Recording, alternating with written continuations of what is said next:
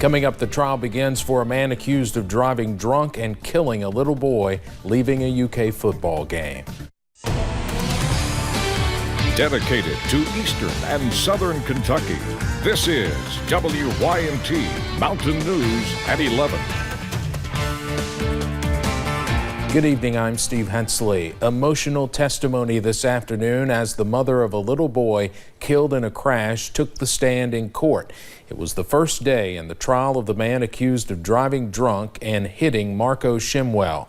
The 4-year-old was hit as his family left a Kentucky football game. Jacob Heil, who was 18 at the time, is charged with reckless homicide. Chad Hedrick was in the courtroom as Marco's mother talked about the moment she learned about the crash.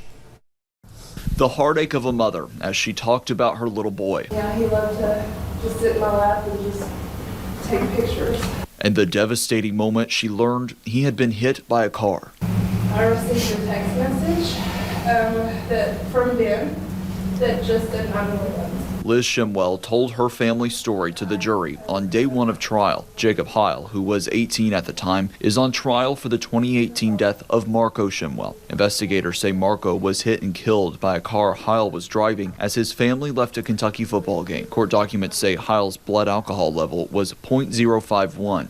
The legal limit is .02. And they were excited to just have a daddy Sunday at the football field. Marco especially, he loved football. Through tears, Liz Shimwell spoke about the phone call with her husband that turned a fun day at a football game into the most tragic day of her life. He just said, we were hit, and Marco was hit bad, and we just need to pray it's bad. I dropped to my knees as soon as I hung up the phone, and I told him when I hung up the phone I was coming.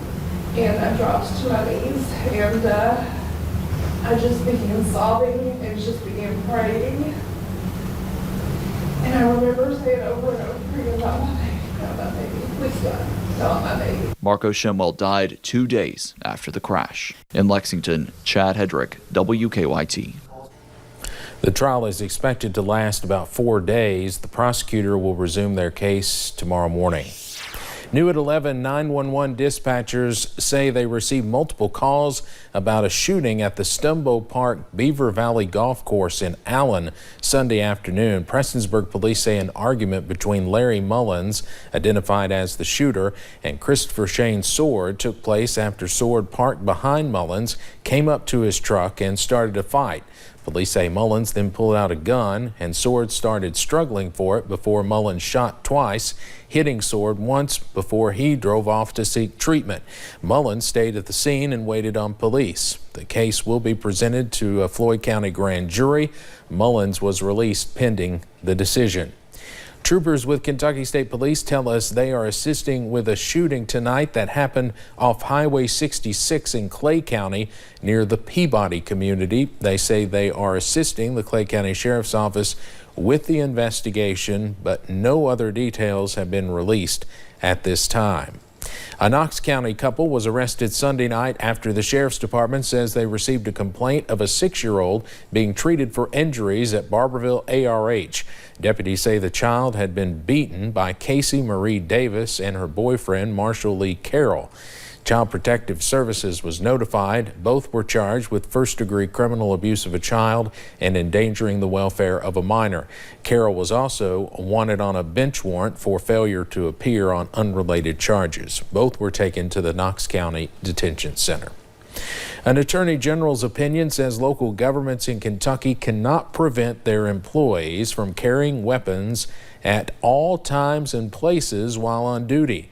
The review was requested by the Ashland City Attorney in northeastern Kentucky. Several city employees petitioned the city manager for permission to carry firearms while on duty. Attorney General Daniel Cameron's office released its opinion Monday. His office tied together various sections of Kentucky law governing the authority of local governments to regulate firearms.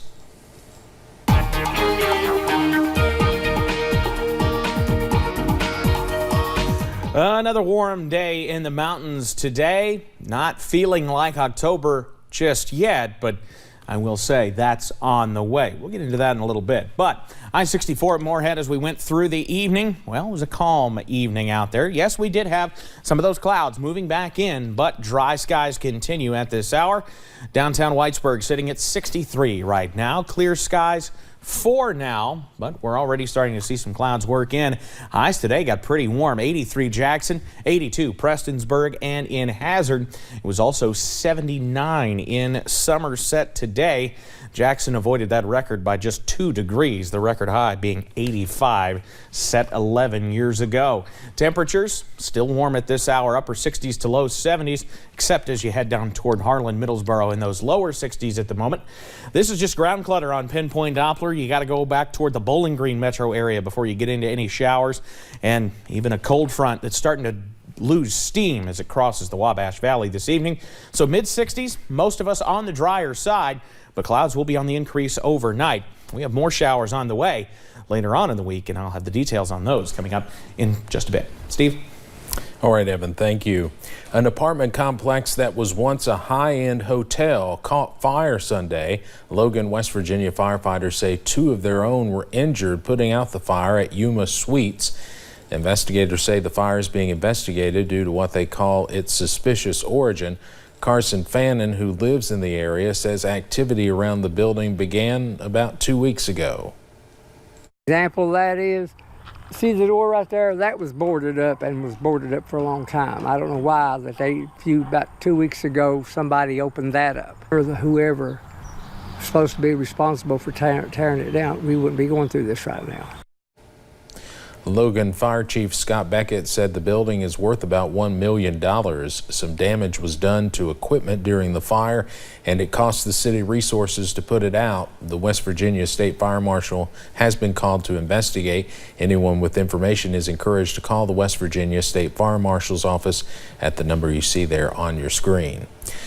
The 2021 SOAR Summit in Corbin is in Corbin for the first time ever this week on Wednesday and Thursday. Nearly 1,500 people will come together and work to find solutions for Eastern Kentucky communities hit hard when the coal industry dwindled. The summit organizers say this will be a record-breaking week for the event and look forward to seeing everyone there. Anybody that wants to see Eastern Kentucky succeed and wants a brighter future for their kids and the future workforce and just has a passion for a region continuing to redefine itself should show up. So I think that's going to be a lot of us across Eastern Kentucky. Tourism officials in Corbin tell us they are thrilled to have the event this year, saying it will have a big economic impact on the town. We will have live coverage of Thursday morning session here on WYMT, HNI, and WYMT.com. The COVID-19 positivity rate in the Commonwealth continues to slowly decline. Governor Beshear announced 722 new cases of COVID today, increasing the statewide total to 714,904. There were 23 new deaths, bringing the death total to 9,150. The positivity rate is a little more than 8.25%. Most Kentucky counties, though, are still in the red zone. You can always find the latest COVID information on our website at WYMT.com. Many people are taking COVID-19 treatments and prevention into their own hands, but family nurse practitioner Christy Harold gives some insight as to what people should and should not do at home. Harold says when someone tests positive for COVID, it is important to call your healthcare provider to discuss treatment options. She always recommends that those with COVID-19 quarantine get rest and drink fluids. Vitamins C and D along with zinc can be taken. She also discusses what people should not do in order to prevent or treat COVID-19. So some of those things including nebulizing hydrogen peroxide, ivermectin, those are the most common things that we get questions about right now. And of course, those are not recommended treatments at this time. Harold adds that even if you are quarantined, you should still seek medical care if your symptoms become worse. As the December 15th deadline gets closer, more service members are becoming vocal about a vaccine mandate. According to the Washington Post, vaccine compliance in active duty Navy is 90%, in the Marine Corps 72%, And for the Army Reserve and Army National Guard, the fully vaccinated sits at just 40%. The active duty Army is 81%. When you're serving in the military, it's very much one-sided conversation. You don't get to form a complaint. You don't get to say, hey, I don't believe in this. If current service members do not want to get the shot, they can be excused by an approved medical, religious, or administrative exemption. The Pentagon says that it believes the majority of active members will get vaccinated before the December 15th deadline. On tonight's Issues and Answers, I sat down with two people from Appalachian Regional Healthcare to discuss several topics surrounding COVID-19. After discussing vaccination updates, new COVID-19 treatment options, and the latest COVID numbers at ARH, which are down, ARH and MCHC infectious disease specialist Dr. Ferris Cotter says given the recent COVID breakthroughs and trends, he's hopeful that better days are ahead. A year from now, I'm optimistic. I think we're going to be okay. But it's something we have to do all together. We have to do our part. Not me, not you, not him, everybody in the society. We have to get vaccinated.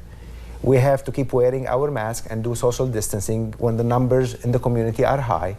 And we have to work together as a community, as a nation, to get over this. If you missed Issues and Answers tonight, we talked about a lot of stuff. You can find it on our website.